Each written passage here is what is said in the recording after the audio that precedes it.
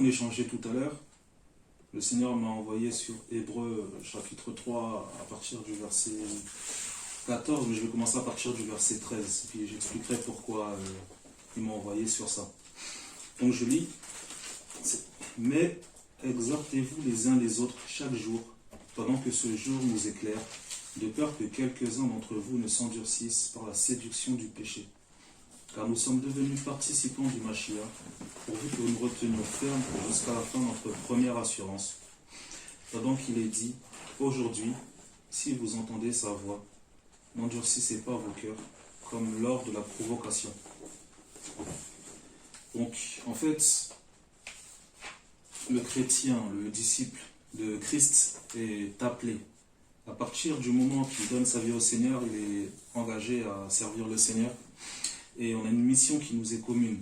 Donc, pour expliquer un petit peu la mission qui est propre aux chrétiens, vraiment en général, je vais commencer par prendre un petit passage. C'est dans Matthieu chapitre 14, à partir du verset 23. Je vais lire ça rapidement.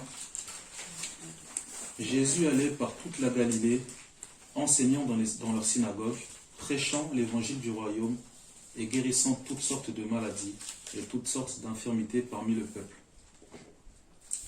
Je vais prendre un autre passage.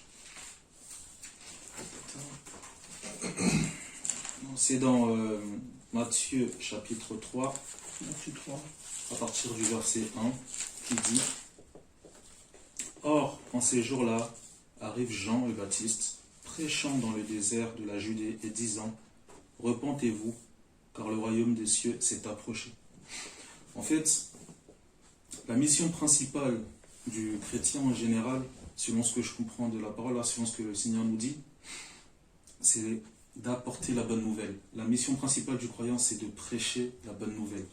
Et quel est le message de base que le Christ nous a laissé? C'est qu'il n'y a qu'un seul Dieu. Amen. Que le royaume des cieux existe, que la vie après la mort existe, qu'il y a un sauveur qui est venu, qui a donné sa vie à la croix, et son nom c'est Jésus-Christ. Ça veut dire que le fait de croire au Seigneur seulement, ça ne suffit pas.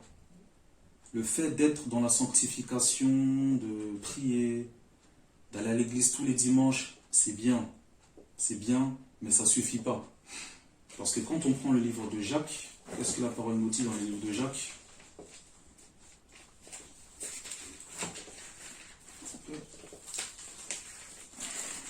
Ça rapidement. On peut lire, hein. Si un frère peut prendre, c'est dans Jacques, chapitre 2. À partir verset 26. Jacques chapitre 2, 26. Je pense que ça va être très pertinent.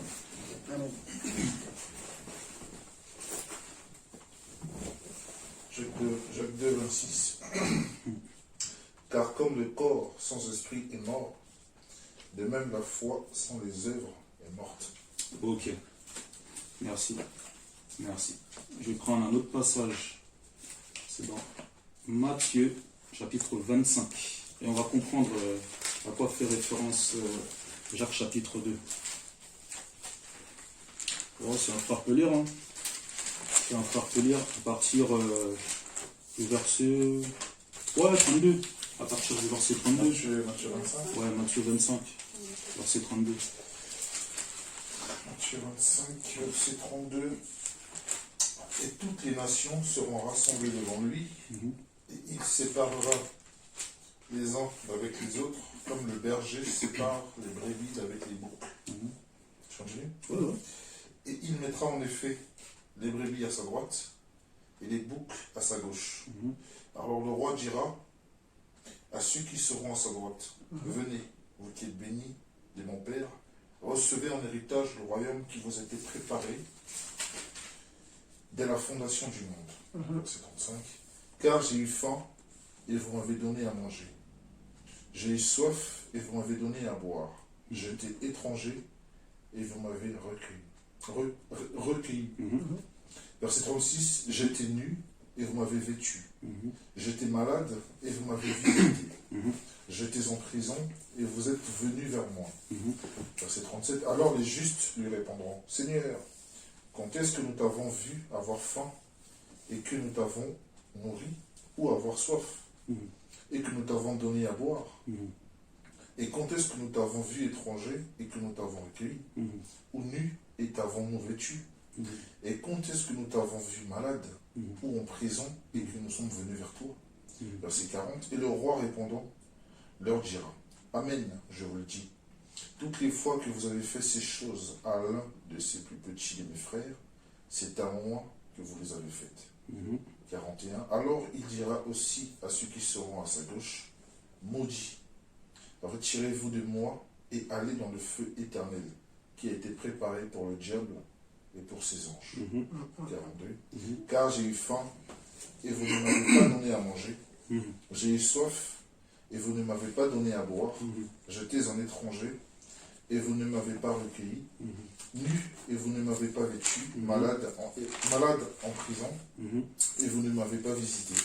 Alors ils répondront aussi en disant: Seigneur, quand est-ce que nous t'avons vu avoir faim, ou avoir soif, ou être étranger, ou nu, ou malade, ou en prison, et que nous ne t'avons pas servi? Alors il répondra en disant: Amen, je vous le dis, toutes les fois que vous n'avez pas fait ces choses à l'un de ces plus petits, c'est à moi que vous ne les avez pas faites. Ok, bon, c'est bon. Merci, Jess. En fait, qu'est-ce que le Seigneur nous dit là? On peut avoir la foi, comme je disais tout à l'heure. On peut, comment dire ça? Comme je dis, aller à l'église tous les dimanches, payer la dîme pour son pasteur, nettoyer les chaises, passer le balai. Toutes ces choses, bon, je le dis sincèrement, c'est pas ce que le Seigneur demande. C'est pas ce que le Seigneur demande. Le Seigneur nous demande d'être dans le terrain. Amen. Ça veut dire que la première chose à faire pour les nations, c'est d'apporter la parole. Christ a besoin qu'on parle de lui. C'est la mission principale de chaque croyant, en fait. Et, comment dire ça? Il y en a beaucoup qui croient au Seigneur, mais qui n'osent pas parler du Seigneur. Pour donner des exemples d'évangélisation, on peut être au travail, on peut faire un excellent travail. Notre patron peut venir nous voir, nous dire: oui, bon, je constate que depuis que tu es là, les choses évoluent. Quel est ton secret? Le simple fait de dire que c'est grâce à Jésus-Christ, le simple fait de mentionner son nom, on évangélise déjà. On n'a pas besoin de parler beaucoup pour que quelqu'un soit touché, puisque ce n'est pas nous qui convainquons les cœurs, c'est le Seigneur. Mais nous sommes des canaux par lesquels le Seigneur passe. Et comment dire ça? C'est la chose que le Seigneur nous demande. Et vraiment, comment dire ça? Parce qu'il y a tellement de choses à dire, frères et sœurs. Amen. Tellement de choses à dire. Je pense qu'on est tous, il y a tellement de choses à dire. tous d'accord. Je pense que Yeshua Mashiach, hein, Jésus-Christ, il veut vraiment sur le terrain.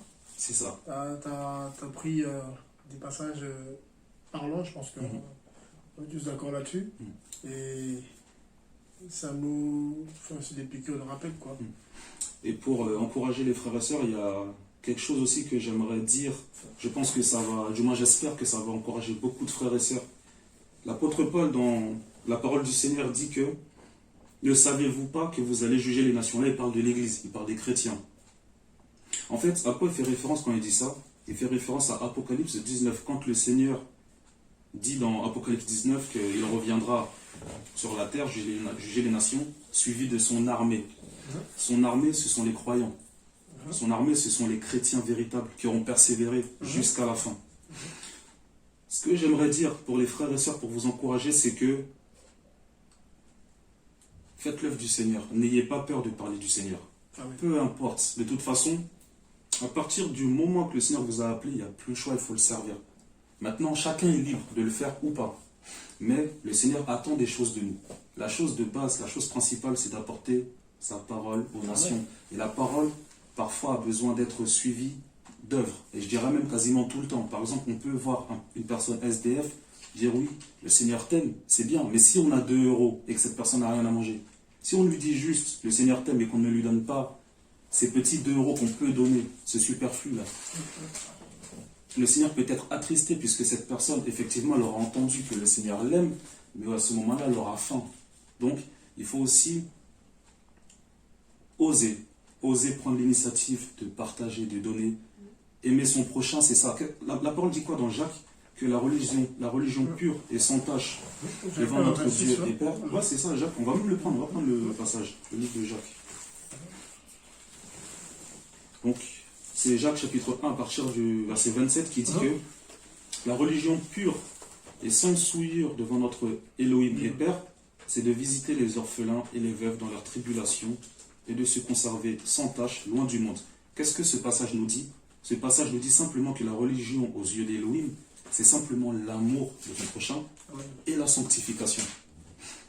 Quand on dit que de visiter les orphelins et les veuves dans la réflexion, les orphelins ou les veuves, on peut par exemple prendre l'exemple de personnes SDF, de personnes, même pas spécialement SDF, mais même des frères et sœurs ou des âmes qui sont isolés, des âmes qui n'ont personne à qui parler, des âmes qui ont été abandonnées. Il y a des gens qui sont abandonnés à cause de l'amour du Seigneur. Il y a des SDF, par exemple, j'ai déjà vu ça, à l'époque où j'allais dans les assemblées, une grande assemblée qui se trouve à Saint-Denis, il y avait un SDF, il était tellement pauvre, il sentait mauvais. Et dans ce temps-là, j'allais tous les dimanches à cette église-là, les gens payaient leurs dîmes, il y avait à peu près, franchement, minimum plus de 3000 personnes. Ce monsieur-là était devant l'église, il n'y avait que très peu de personnes qui lui donnaient quelque chose. Une fois, j'allais à l'église et je vois ce monsieur-là avec sa Bible en train de méditer. Cet SDF-là. Je vois ce monsieur-là en train de méditer sa Bible. Et ça m'a renvoyé sur Matthieu 25. Il y en a beaucoup qui pensent que parce qu'ils ont la foi, parce que c'est Jésus, c'est louange, c'est adoration, ils sont sauvés. C'est une erreur de penser ça. C'est vraiment, selon moi, une erreur de penser ça. Puisqu'il faut vraiment œuvrer pour le Seigneur, apporter sa parole et venir en aide aux autres. Il faut qu'on soit exemplaire. L'amour du prochain, simplement. C'est ça, l'amour du prochain. Il faut vraiment qu'on soit exemplaire. Donc voilà, moi ce que je peux dire, c'est vraiment que chaque frère et sœur prenne le temps de méditer la Bible, la parole du Seigneur. Que chaque frère et sœur prenne le temps de réfléchir à ce qu'il peut faire pour le Seigneur à son niveau. Si c'est aider les pauvres, qu'il le fasse. Si le Seigneur leur met un projet à cœur, qu'ils se donnent les moyens de l'accomplir, le Seigneur sera avec eux. Vraiment, on est à la fin, frères et sœurs, on est à la fin des temps, le Seigneur revient. Et moi, je souhaite que tous les appelés soient des élus. Je souhaite vraiment que tous les frères et sœurs puissent se réveiller et puissent faire ce qu'il faut à son échelle. Amen. Donc, soyez bénis. Je pense que c'est un partage assez bon. C'est parlant, hein. On parle à tout le monde. Hein. Je sais pas ce que vous en pensez. Je dirais plus à moi plutôt. Parce que ce qu'il vient de dire le frère Brian, en fait, moi, le problème que j'ai un peu du mal à parler du Seigneur à mon entourage. Je ne sais pas pourquoi. C'est toujours un blocage. Quand je me retrouve avec mes amis ou avec des gens, des fois je l'ai à cœur d'aborder un sujet, de glisser quelque chose de la Bible, un verset ou une citation. Ben, j'ai toujours du mal à le faire. Je ne sais pas pourquoi.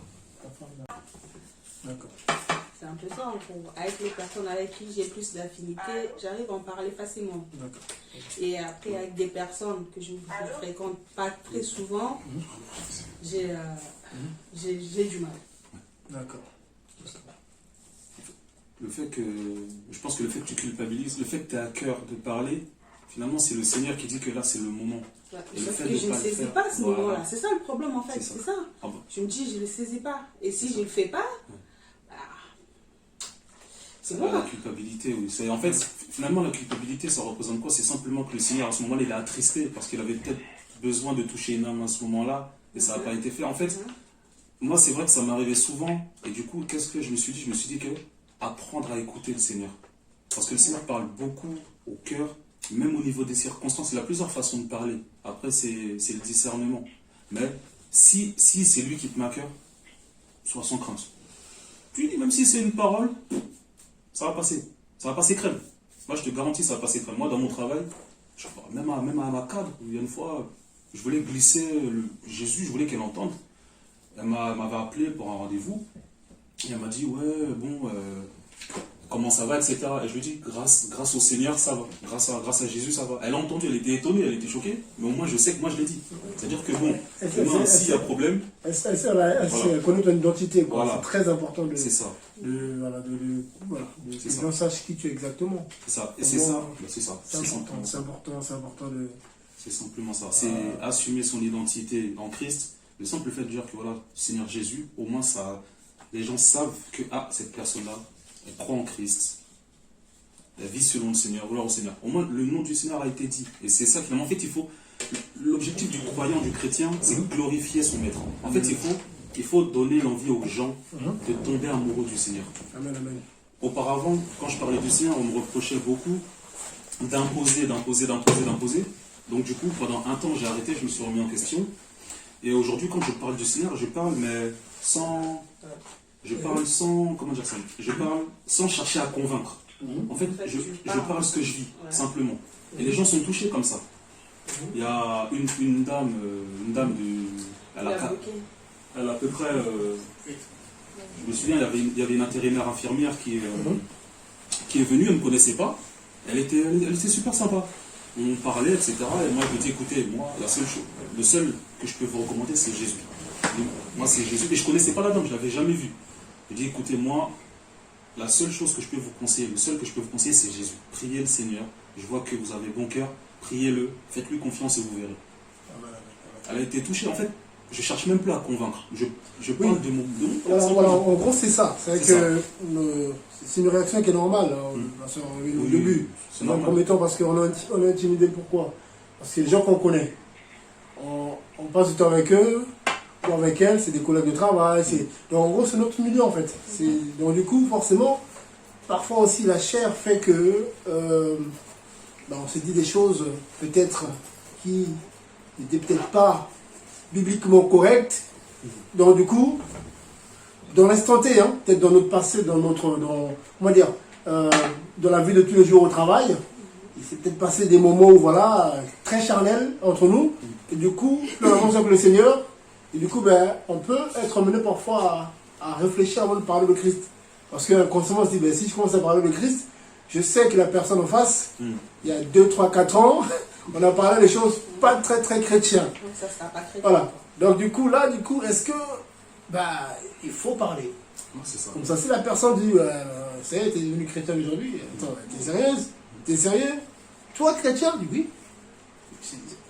En Christ, on change en fait. Vous voyez, en fait, il ne faut pas hésiter. Quand on se met à cœur, bien sûr, pas le faire charnellement. C'est très important. Parce que quand c'est fait charnellement, ça peut plus causer du tort que du bien. Voilà, donc, il faut vraiment être guidé par le Saint-Esprit. Et quand on se met à cœur de parler, en général, voilà, ça porte les fruits. Quoi. Je sais pas ce que Frère Gasson pense. Voilà. C'est vraiment pour encourager un peu ma soeur. Je lui dirais déjà un petit verset, c'est 1 Timothée 4, 12, où la parole nous dit que personne ne méprise ta jeunesse, mais devient un exemple pour les fidèles en parole et en conduite, en amour, en esprit, en foi et en pureté. Applique-toi à la lecture, à l'exhortation et à l'enseignement jusqu'à ce que je vienne.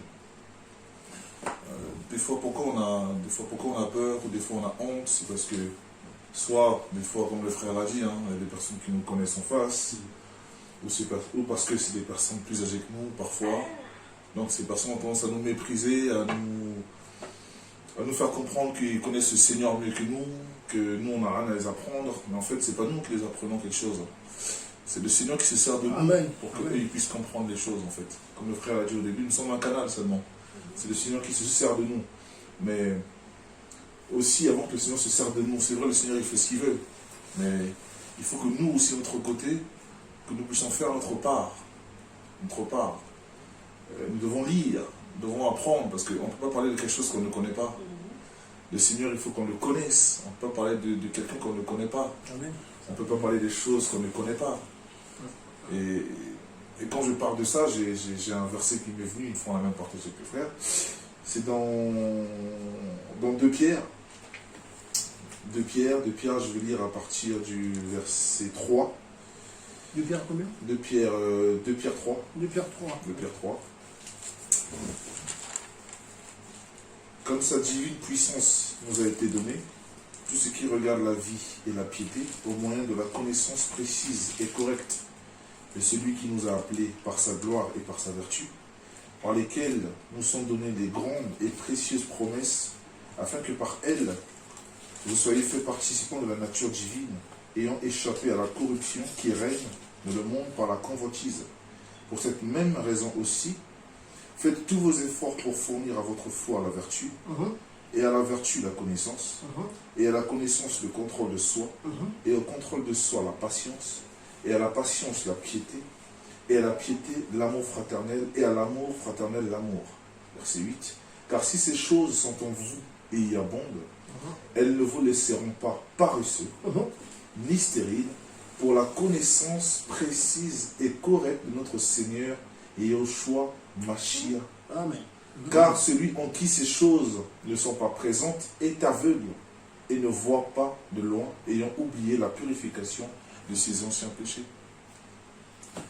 C'est parlant, parce que ça nous prouve que si on a toutes ces choses dans nous, et vraiment pour comprendre bien ce verset, il faut vraiment aller à la définition de chaque mot, en fait, pour comprendre que veut dire chaque mot. Et quand il y a cet ensemble-là, en fait, en nous, et bah, tout simplement, en fait, c'est comme une leçon qu'on a prise, on sait ce qu'on dit. Et avec l'aide du Seigneur, forcément, il nous accompagne. Avec l'aide du Seigneur, forcément, bah, il ouvre l'intelligence de la personne qui est en face de nous. Et la personne comprend. Même avec notre attitude, la personne peut comprendre. Et notre attitude dépendra en fait de toutes ces choses qu'on a en nous. On saura se contrôler face à une situation. On aura l'amour envers notre prochain. On aidera les autres. On fera du bien autour de nous. Et si on fait toutes ces choses-là, les autres en voyant cela bah, peuvent prendre conscience aussi. Donc c'était vraiment juste ça en fait pour te dire un peu si ça peut te...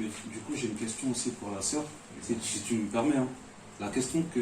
Enfin quand j'ai écouté ce que tu as dit, la réflexion que j'ai eue c'est est-ce que quand tu as à cœur de parler par exemple à ces personnes-là, à ce moment, est-ce que tu te sens en confiance? Non. C'est ça en fait. Et, en fait ça dépend. Ouais. Ça m'arrive d'en parler. Par exemple, dans mon travail, tu sais, avec mes amis, les gens avec qui j'ai beaucoup d'affinités, je le fais naturellement, facilement. Mais les gens que je fréquente peu, j'ai du mal. Ou des inconnus, tout simplement. J'ai du mal. C'est un peu ça. En fait, tu sais pourquoi je t'ai posé cette question? En fait, moi, c'est le Seigneur qui m'a mis ça à cœur.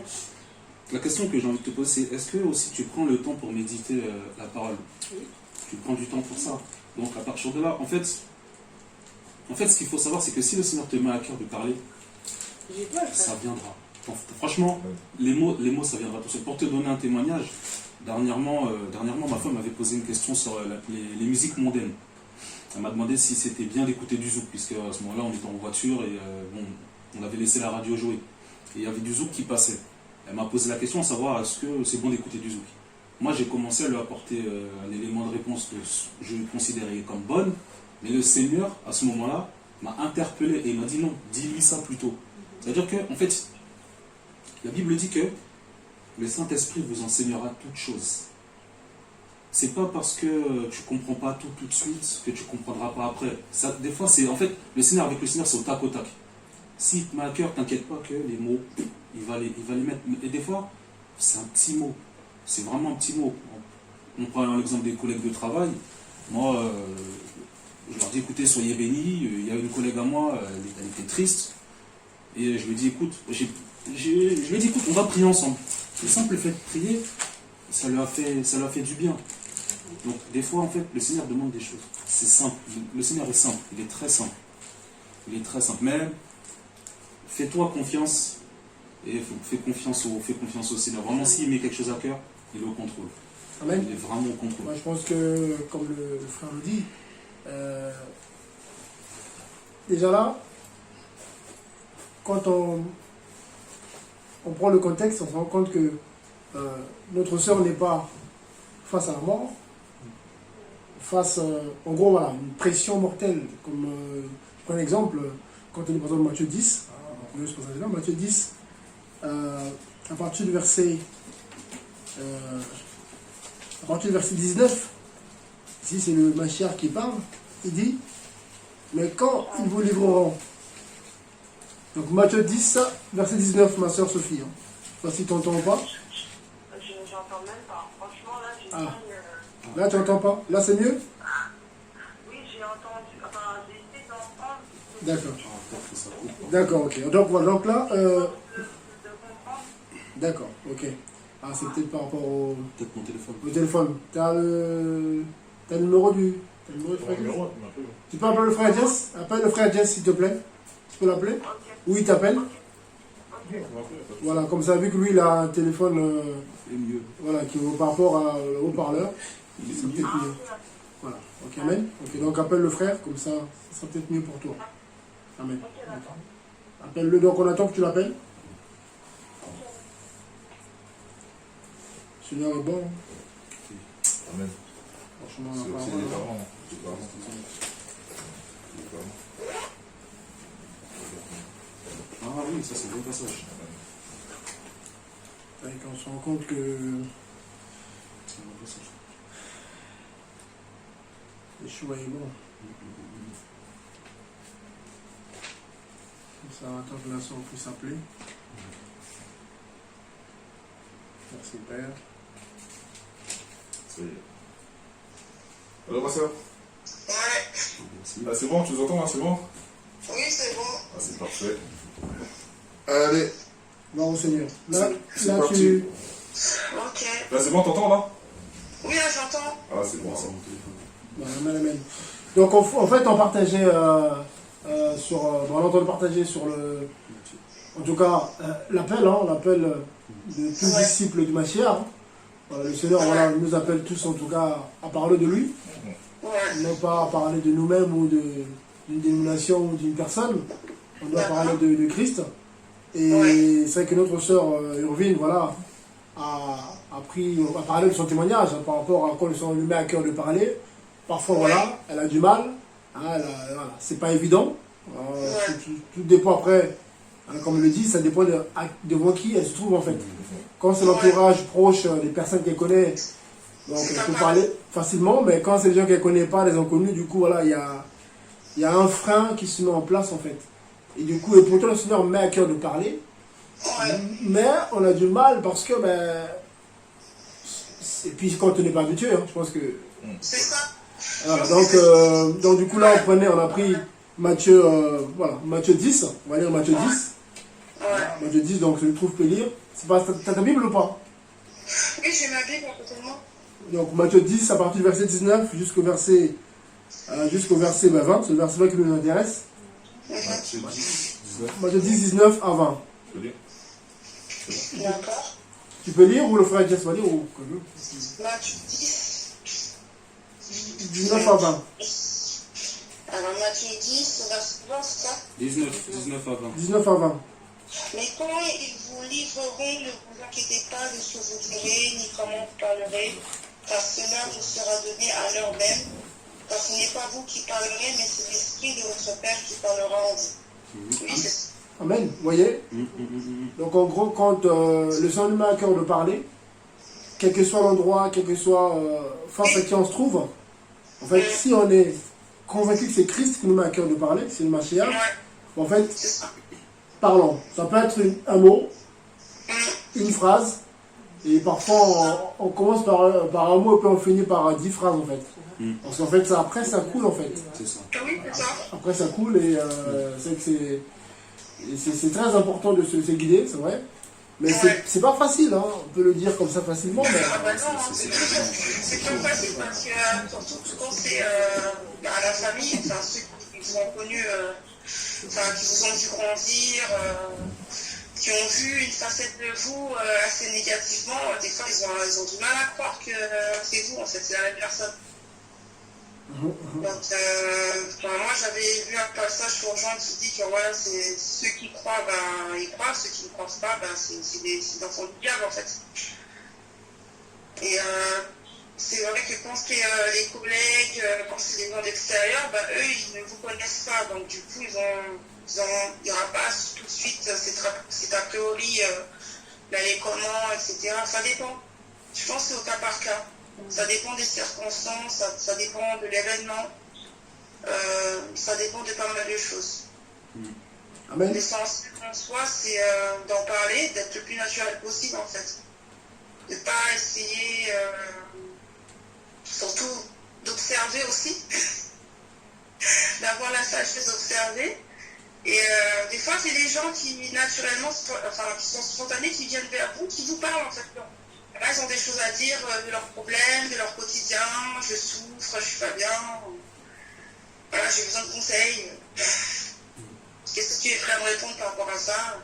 Et quand tu dis, voilà, en fait, tu donnes un conseil, mais c'est pas vraiment un conseil, mais tu expliques, voilà, qu'est-ce que le Seigneur a fait pour moi. Voilà, dans quelle situation j'ai vécu ça, qu'est-ce que le Seigneur a fait pour moi pour pouvoir résoudre ce problème-là. Donc, tout est en rapport avec le Seigneur, donc c'est le Seigneur qui est au premier plan.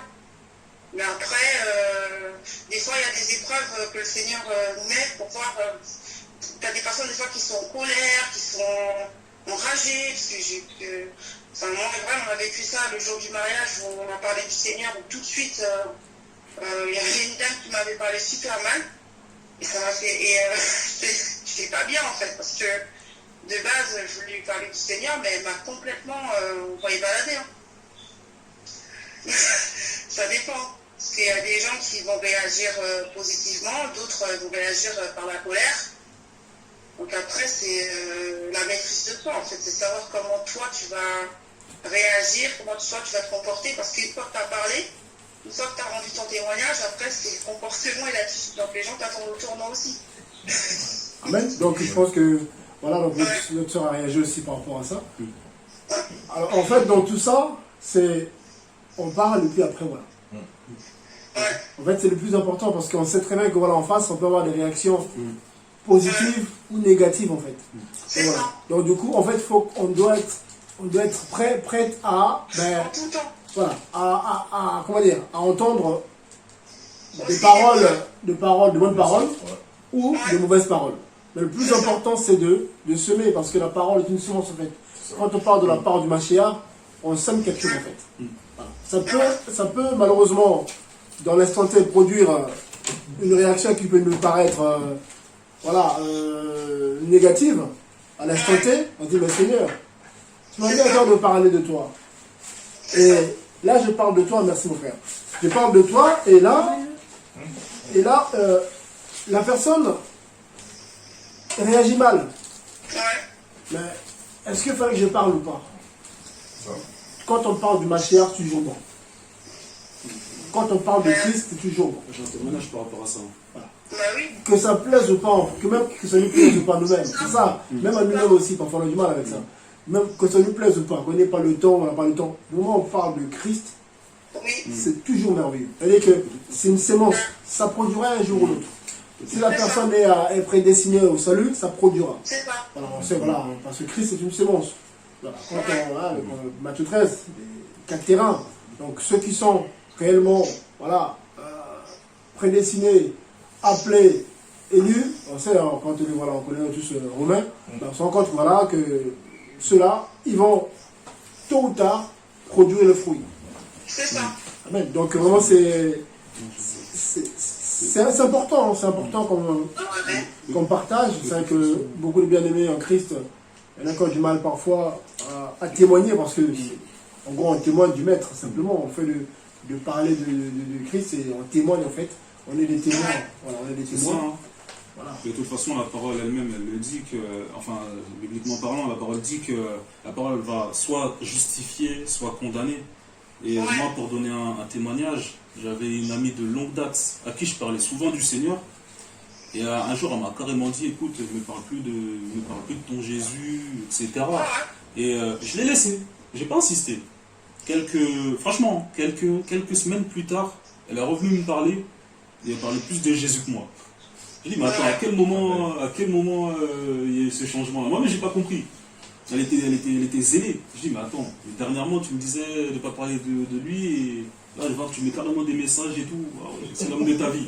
Je vais gloire au Seigneur, c'est bien. Mais il y a aussi des circonstances où ça se passe super bien.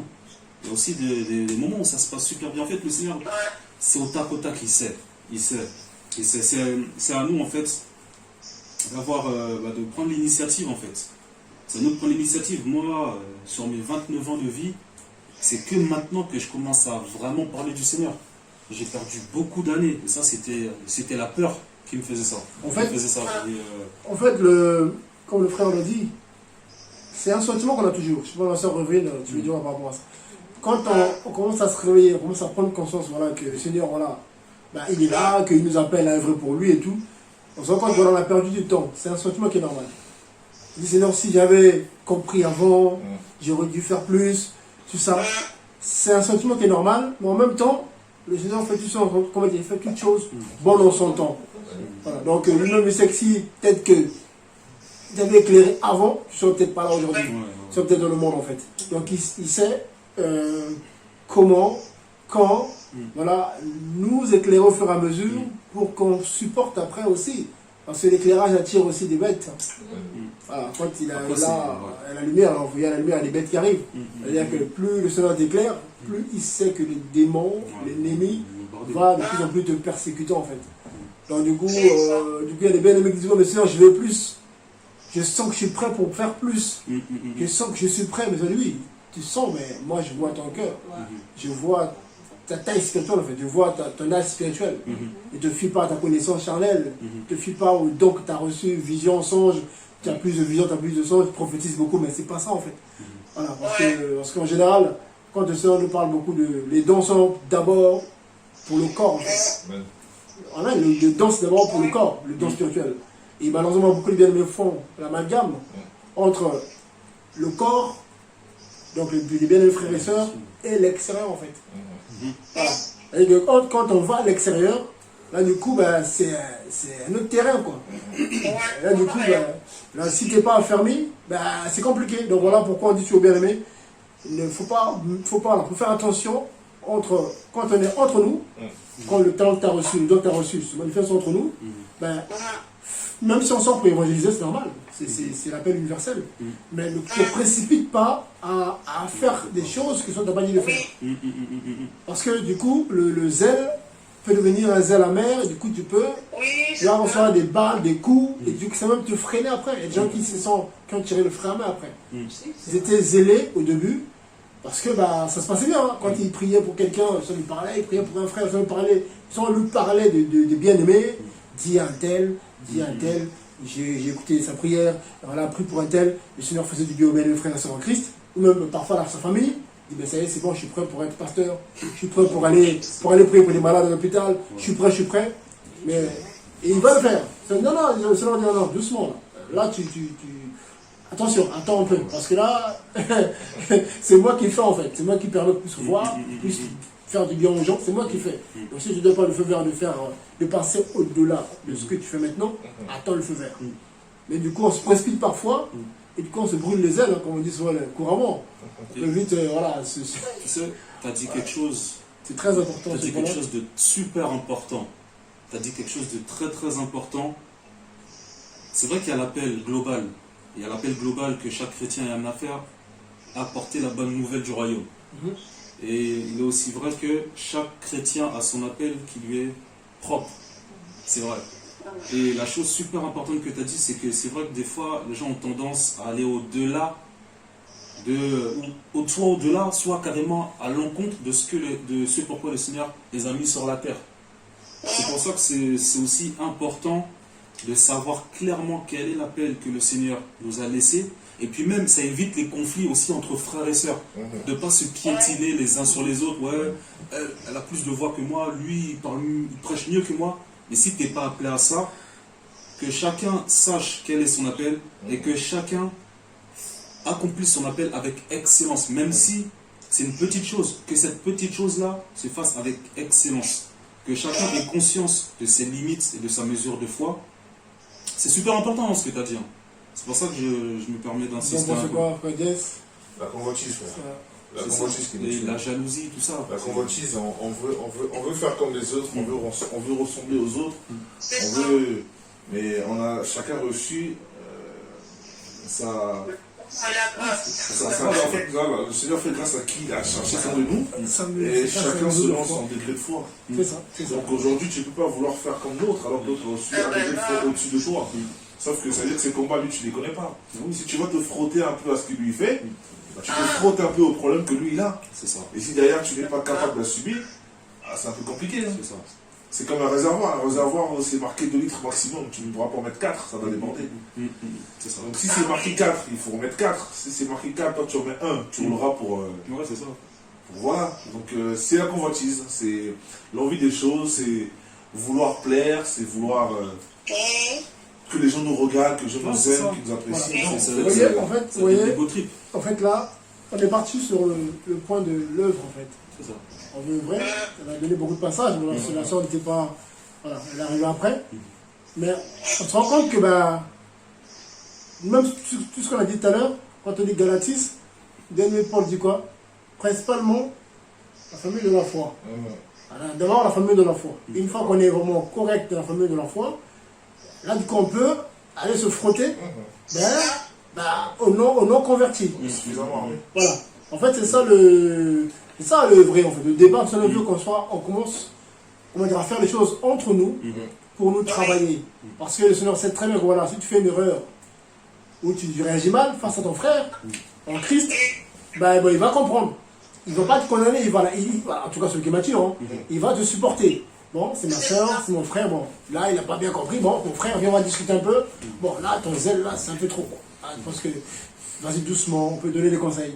Mais si tu te brûles les étapes, voilà, c'est le Saint-Esprit, moi, quand je dors, je vois le ciel.